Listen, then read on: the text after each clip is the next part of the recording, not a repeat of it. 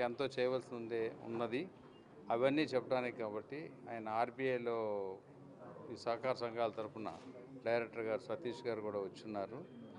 ఎందుకంటే సహకార సంఘాల ద్వారా అంటే సహకార సంఘాలు అంటే మనకి వెనకటి కాలంలో ఉన్న ఉమ్మడి కుటుంబాలు లాగానేవి. కాబట్టి దానివల్ల వచ్చే ఉపయోగాలు చాలా ఉన్నాయి. అది మరుగు పడకుండా బాగా చేయాలి అని అంటే అనేక అవకాశాలు ఉన్నాయి.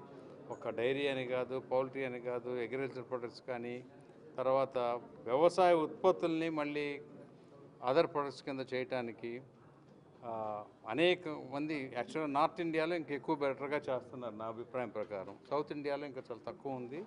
ఆ పొటెన్షియల్ని తీసుకురావడానికి ఒకటి, తర్వాత కోఆపరేటివ్ బ్యాంక్స్ని ఇంకా పటిష్టం చేసి ఇంకా ఎక్కువ ఫండింగ్ చేయడానికి. ఎందుకంటే మనకి సంపద భారతదేశంలో గత 10 సంవత్సరాల నుంచి నరేంద్ర మోడీ గారి నాయకత్వంలో డెఫినెట్గా బ్రహ్మాండంగా పెరిగింది. రాజకీయాలకు అతీతంగా ఎవరు ఏది చెప్పినా దాన్ని మాత్రం ఎవరు ప్రశ్నించలేరు.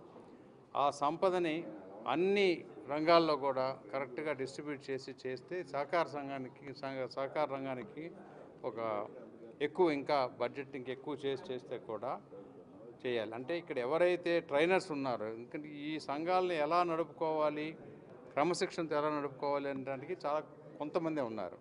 కాబట్టి మనకి we need trainers to train the trainers.